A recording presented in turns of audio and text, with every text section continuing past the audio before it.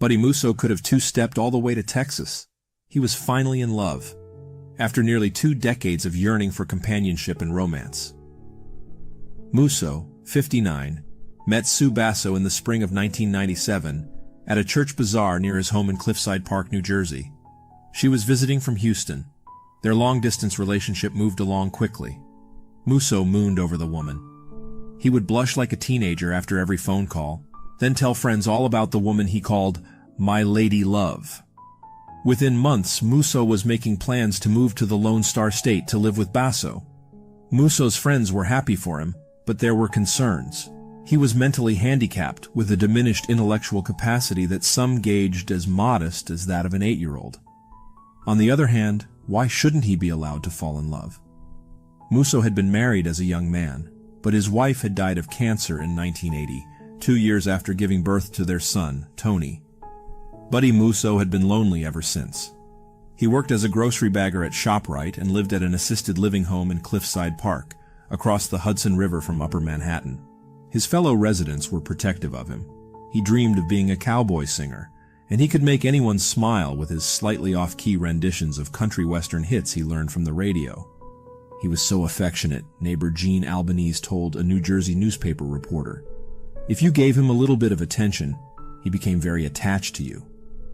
Albanese and others worried about the motivations of Sue Basso, who was grossly overweight and at 44, 15 years younger than Musso. Why was she so eager for him to move to Houston? Despite the gossip, Musso began shipping his meager possessions to Basso's home in Jacinto City, Texas, just outside Houston. Using his Social Security check, he bought a cheap engagement ring and a new set of Western duds for the trip. He bid his friends goodbye and told them to prepare for a big wedding reception at the Cliffside Park Legion Hall. On June 14, 1998, he boarded a Greyhound bus wearing pointy-toed boots, a neckerchief, and a new cowboy hat. In Houston, his lady love was eagerly awaiting his arrival. 10 weeks and 2 days later, a jogger noticed a misshapen lump in a ditch in a scruffy section of Galena Park, a Houston suburb adjacent to Jacinto City. He got close enough to see it was a human form and he called the police. In police cause of death jargon, the Galena Park cops judged that the victim had died of multiple blunt impact trauma. The description sounds like a series of thuds, muffled body blows. The killing had happened elsewhere. The body, which had no identification, had been cleaned up and dressed in fresh clothing before it was dumped. A right shoe was on his left foot, and the right foot was shoeless. A morbidly obese woman lumbered into a Houston police station a few hours after the body was found. She gave her name as Sue Basso, and she reported that Buddy Musso, the feeble-minded man who lived with her, had turned up missing. The corpse in the park would prove to be that of Buddy Musso. A post-mortem would reveal that the feeble-minded man had died an awful death. A 7-page autopsy report contained a numbing catalog of cuts, mutilations, and fractures, including a broken nose, black eyes, 17 cuts on his head, and a bone fracture in his neck. The examination found some 30 cuts and cigarette burns on Musso's back, as well as bruises to his chest, abdomen, genitals, arms, legs, hands, and feet. His skull was fractured, and he had 14 broken ribs and 2 dislocated vertebrae. The likely cause of death was a final fatal blow to the head, probably from a baseball bat or a 2x4. Coroners said the injuries were inflicted over a period of days, perhaps even weeks, while the victim was alive. In other words, poor Buddy Musso had been tortured. An old police adage goes something like this: intelligence and the perpetration of a criminal act often are mutually exclusive. The Musso murder was a case in point. In October 1995, the Houston Chronicle published a gaudy paid engagement announcement for one of those snooty silver spoon Lone Star brides. The lucky lady's name was given as Suzanne Margaret Ann Cassandra Lynn, Teresa Marie Mary Veronica Sue Burns Stanlinslawski. The announcement said she was heiress to a Nova Scotia oil fortune, that she had been educated at fine schools abroad, had been an accomplished gymnast, a former nun, and a selfless volunteer on behalf of unfortunate girls in upstate New York. Her equally impressive fiancé, Carmine Joseph John Basso, was a Vietnam War hero who had been awarded the Congressional Medal of Honor. The announcement continued to describe the exceptional lives of the charmed couple. 3 days later, When the Chronicle hadn't been paid the $1,372 cost of the ad, the paper ran a note that it was looking into apparently erroneous information in the announcement. The betrothed woman with the gilded personal history did not surface again until Buddy Musso's murder. It turned out that Sue Basso's life was something less than charmed. She lived in suburban Jacinto City in a dumpy house filled with a collection of human misfits, dogs, cats, and ferrets. One inhabitant was her son, James O'Malley, 24, who lived a fantasy life as a special operations soldier. He wore military regalia day and night, including in bed. His mother had a pet nickname for him, Bozo the Clown. Police led Basso and O'Malley to the Galena Park ditch so they could confirm that the dead man was their missing friend. A cop would later say that Basso broke out in fake hysteria on seeing Musso dead, while O'Malley was expressionless, as though he saw just what he expected. "The lack of reaction just gave me that gut feeling that he knew before we got there," Robert Pruitt, Galena Park's assistant police chief, would later say. Cops took O'Malley aside and asked whether he had any ideas about what might have happened to Buddy Musso. "Yeah," O'Malley replied, "we killed him." "We" would prove to include Basso, O'Malley, Basso's friend Bernice Aarons Miller, 55, Miller's son Craig Aarons, 25, Miller's daughter Hope Aarons, 22, and Hope Aarons' fiancé, Terrence Singleton, 28. O'Malley helpfully explained that the fatal beating had taken place at Bernice Miller's apartment in Houston. Musso had been forced to kneel on a child's playmat for several days, apparently after accidentally breaking a Disney figurine. He was beaten, stomped, burned with cigarettes, and cleaned with a wire brush. He was dumped into a bathtub filled with bleach and pine-scented kitchen cleaner. His corpse was then redressed and dumped in Galena Park. O'Malley and other eyewitnesses would reveal that Musso lived a life of servitude, not love and romance, with Basso. He carried groceries and took out the trash. Neighbors said he was bloodied and bruised. James O'Malley led police to a trash bin, where they found Musso's bloody clothing, blood-stained towels, the mat, and rubber gloves. The 6 suspects were arrested and charged with murder. Police first announced that Musso had been beaten mercilessly after he accidentally broke a Mickey Mouse figurine. But after a search of Basso's house, they would amend their motive to that most predictable one: money.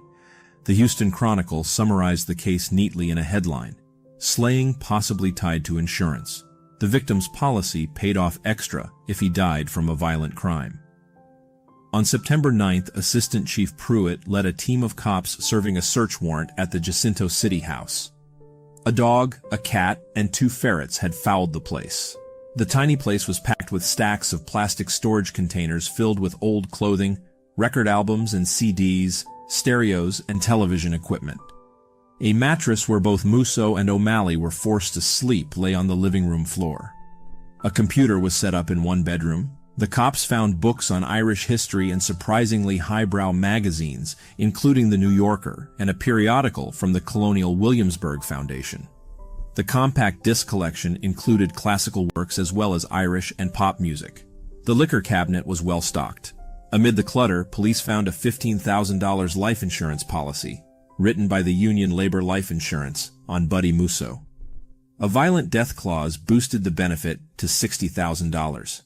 The cops also found a will signed by Musso and witnessed by Basso and 3 of her co-defendants that named Basso as the sole heir to his property, including the life insurance policy. A paper copy of the will was dated 1997, but police found the original document file in a computer. It had been created 12 days before the murder. Police found bank statements and canceled checks indicating that Musso had been turning over his monthly Social Security check to Basso. They also found documents showing that Basso had applied to become a payee of Musso's government checks. A relative may have protested. Musso was out of touch with his son, but he was close with a niece in Virginia, Linda Morass. In the computer was a copy of a restraining order that barred any of Musso's relatives from contacting him. The Houston crime cabal wanted Buddy Musso for their own purposes. Although all 6 suspects pointed fingers at one another in police statements, the other 5 agreed that Sue Basso was the brains, broadly speaking, behind the murder-for-profit scheme. Houston prosecutors decided to seek maximum prison sentences for the accomplices and a death sentence for Sue Basso. "There's a reason we have a death penalty," Harris County Assistant Prosecutor Denise Nassar told reporters. And this is it. Suzanne Basso's real life was something quite different from the fantasy she created in the engagement announcement. She was actually from a family in Schenectady, New York. Born on May 15, 1954, she was one of 8 children and the youngest of 3 girls. Her parents were drunks and Sue was subjected to both physical and sexual abuse, according to a sibling. The abuse took a toll, and she became a delinquent teenager, problems with sex, truancy, and theft, who spent time at a Catholic reform school in Albany. She managed to complete high school and in the early 1970s married James Peake, a Marine. They had 2 children, a daughter born in 1973 and a son born the next year. The daughter told the Houston Chronicle that the Peake marriage was marked by sexual deviance. As a young woman, Sue Peake was slim and attractive, with brilliant blue eyes. Later she let herself go, as her daughter put it, and ballooned to some 350 pounds on a 5'2" frame. She was promiscuous, and her husband abided by the behavior. The daughter, Christiana Hardy, recalled waiting with her father in a bedroom or on the porch, while her mother finished grunting and groaning with one special friend or another. Sometimes she would take her children on a sexual rendezvous. I remember being embarrassed, Hardy told the Chronicle. My brother and I were sitting at the kitchen table in this stranger's house, and our mom was in the other room having sex with him. The family moved several times, to coastal North Carolina, to Houston, and back to Carolina. In 1982, James Peake was arrested for molesting his daughter. He was convicted of taking indecent liberties with a child, and spent 11 months in jail in North Carolina. Hardy, now married and a mother of 3, said sexual and physical abuse was part of a lifelong pattern. She recalled one time when Basso forced her daughter and son to undress for 2 maintenance men who were visiting the house. The son, James, was beaten and abused by both his mother and father. "That's how I learned my self-defense," he would later say in court. "My father beat the shit out of me." Both children went to foster homes during their father's imprisonment, but eventually were sent to live with relatives. In the early 1990s, James, Suzanne, and the children reunited in Houston. Sue Peake decided to make a fresh start by changing the family's surname to O'Malley. She created a new Irish-American persona and decorated her house with Kelly green paint, shamrocks, and leprechauns. "Everything was green," said Richard Charlesworth, one of a procession of people who lived at the Peake O'Malley house. He told the Houston Chronicle that he accepted their offer of a bed after he lost his job, but the arrangement didn't last long. "It was like living with the Addams family," he said. "They would pick almost anyone up off the street," said Christiana Hardy. "They were weird like that." They were weird in other ways as well. Basso and her son had a sexual relationship, for example, and she sometimes forced him to shoplift or beg. His mother forced James to eat on the floor, and she often locked him in the house during the day, nailing the windows shut so he wouldn't leave. The son complained to authorities when he was 17, but a county social services investigation went nowhere. In 1993, Sue Peake, who sometimes worked as an apartment complex security guard, became romantic with Carmine Basso, who owned a Houston security firm, Latin Security and Investigators Corp. Basso soon moved in with Sue, and her husband moved over, but not out of the home. They were a mismatched pair. Basso, who came from New Jersey, was thin as a stick figure. He chain-smoked cool cigarettes and paced nervously. Sue Peake, on the other hand, could hardly lug her heavy load from the easy chair to the sofa without huffing and puffing.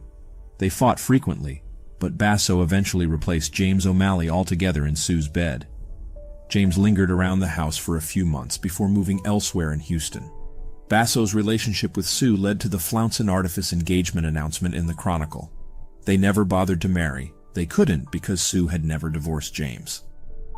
No matter, she introduced Basso as her husband and began using his last name. In 1997, Sue Basso planned a trip to New Jersey, apparently to visit Carmine's family. During the trip, she met Buddy Musso at the church bazaar. In another odd turn in Sue Basso's serpentine life, Carmine Basso turned up dead around the time of the New Jersey trip. Sue Basso said she was in New Jersey at the time, although friends said she was in Houston when Carmine died. Basso was found dead in the office of his security firm. An autopsy indicated a natural death caused by erosive esophagitis, a severe form of acid reflux. that was complicated by malnourishment. The death had two effects. It removed Sue Basso's primary source of income, and it cleared a place in her life for Buddy Musso. Musso apparently was cognizant of his fate in the final weeks of his life. In their search of the Jacinto City house, cops found a note Musso had written in a pair of his trousers. The note, addressed to a friend back in New Jersey, read, "You must get sun down here and get me out of here. I want to come back to New Jersey soon." The note asked the friend to contact Musso's niece, Linda Mraz, in Virginia, to ask her for money so Musso could buy a bus ticket home. Yet Musso refused help at least twice. Bruce Byerly, Basso's neighbor in Jacinto City, told police he noticed that Musso had a black eye, bloody wounds, and facial bruises during a chance encounter in the week before he was found dead. Byerly said he asked Musso whether he wanted him to call an ambulance or the police. Byerly said, "He said no, you call anybody and she'll just beat me up again." On August 22nd, a week before the murder, Houston police officer Jeff Butcher responded to a report of an assault and found 3 men in a field near Bernice Aaron's apartment. James O'Malley and Terrence Singleton were leading Musso on a military-style run, the cops said. Musso had 2 black eyes, "the worst I've seen in my career," Butcher said, and complained that he didn't want to run anymore. But Musso told the cop that he'd been beaten by 3 Hispanics. He refused medical treatment. The officer drove the 3 men to the Aaron's apartment. There he found Sue Basso, who told the cop she was Musso's legal guardian. She scolded her son for making Musso run and comforted him in front of the cop. The officer said he was skeptical, but left Musso in the woman's care. A few days later, he was dead. Texas District Judge Mary Lou Keel ruled that most of the 6 suspects should be tried separately. Basso's son, James O'Malley, would go first, beginning on April 13, 1999. The trials would continue with Craig Aarons also in April, his mother Bernice Aarons Miller and Terrence Singleton together in May, and Hope Aarons in June. Sue Basso would be last, with a trial scheduled to begin in July. Prosecutors Colleen Barnett and Denise Nassar had a very busy 4 months. In her opening remarks at the first trial, Nassar painted a vivid picture of Buddy Musso's heartbreaking hope. "He wanted a wife and family more than anything in the world," she told jurors. "He got on that Greyhound bus wearing cowboy boots and a hat. He was coming to Texas." James O'Malley mounted the witness stand to testify that he felt pressured by his mother to take part in the killing. "I didn't know what else to do," he said. "I was scared of my mother." His testimony gave jurors a glimpse of Musso's treatment at the hands of the Texans. The abuse began soon after he arrived in Houston, but escalated near the end. Musso was frequently handcuffed, sometimes at home, sometimes in the back seat of the car, while the group enjoyed a meal in a restaurant. O'Malley said Musso was forced to kneel on a mat and was denied food and water. He cried frequently and was beaten in retaliation. Denied access to a toilet, he wet himself and was beaten more. The defendant claimed that the endgame beatings began because Musso had either lied about breaking the ornament or failed to obey Basso. O'Malley said he dunked Musso 4 or 5 times in a bathtub filled with household cleaning products and bleach. Basso poured alcohol over the victim's head while O'Malley scrubbed him bloody with a wire brush. At testimony's end, the jury quickly convicted James O'Malley of capital murder and sentenced him to life in prison. At the trial of Bernice Aarons, 55, and her son Craig, 26, each admitted in confessions read to the jury that they hit Musso, but both fingered Sue Basso as the primary culprit. After the murder, Bernice Aarons said in a statement to police, "Basso said we had to make a pact that we can't say anything about what happened. She said if we get mad at each other, we can't say anything." The jury convicted both of murder. The mother got 80 years and the son 60. At his trial, Terrence Singleton admitted that he kicked Musso and hit him with a baseball bat, but his confession, read to jurors, tried to implicate James O'Malley and Sue Basso as the most highly culpable. "The blows that killed him are the blows of Susan hitting him with the vacuum, and James constantly kicking him in the back of the head," Singleton stated to police. "I know he didn't die from us hitting him because he had been up and responsive." The jury judged Singleton equally responsible. It convicted him of capital murder and gave him life in prison. The trial of Hope Aarons, 23, featured a bizarre vignette. Aarons, who claimed she could not read or write, asked for a meal before she would agree to make a statement.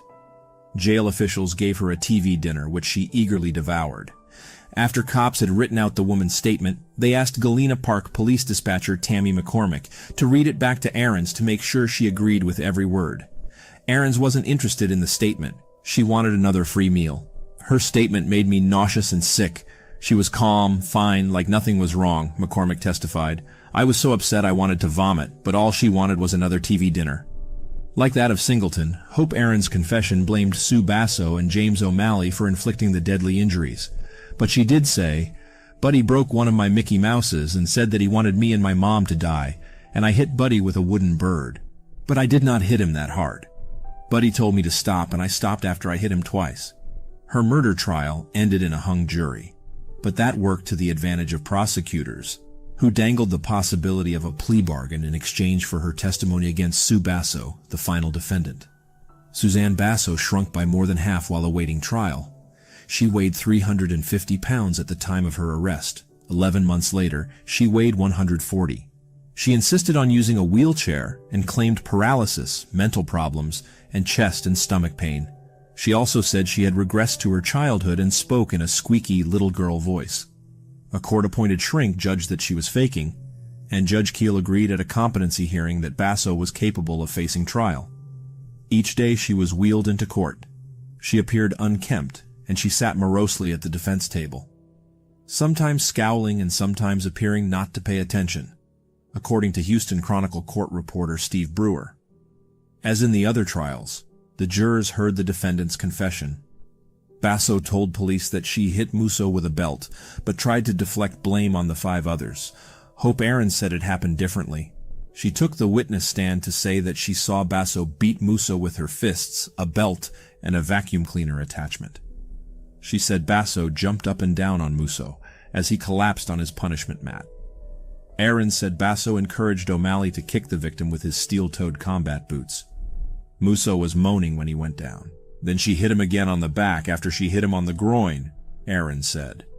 It came as no surprise when the jury convicted Sue Basso of capital murder. Jurors then had to choose between life and death for the woman.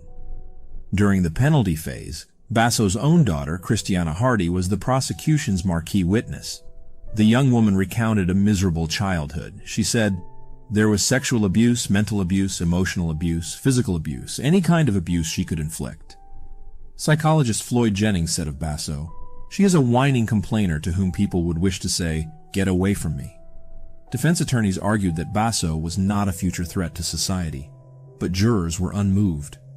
After 6 hours of discussion, they judged that no mitigating circumstances could lead them to vote for life in prison. Judge Keel announced the death sentence. Basso slumped in her wheelchair and wept. As she was wheeled out of court, she cried in her little girl voice, "I am not guilty." But prosecutors deemed that justice had been served. Colleen Barnett said, "I've seen a bunch of evil in my job as a prosecutor, but she exhibits so many different demonic traits that it's hard to see her as anything but an evil-minded person."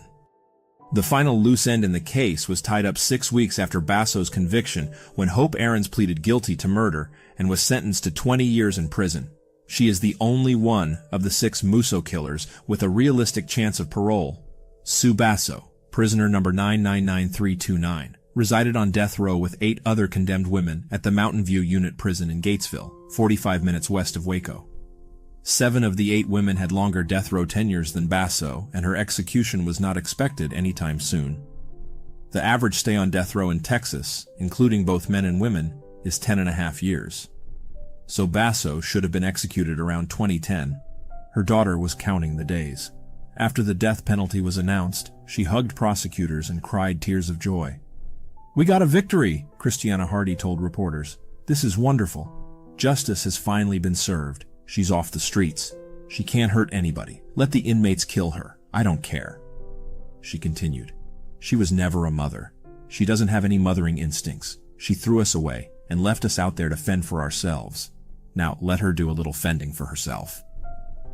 Because Texas stopped giving special final meals to death row inmates, Basso had the usual prison food before her execution. This meal included baked chicken, fish, boiled eggs, carrots, green beans, and sliced bread. Her execution took place on February 5, 2014, at the Huntsville unit of the TDCJ. When the prison warden asked if she had any last words, she told him, No, sir.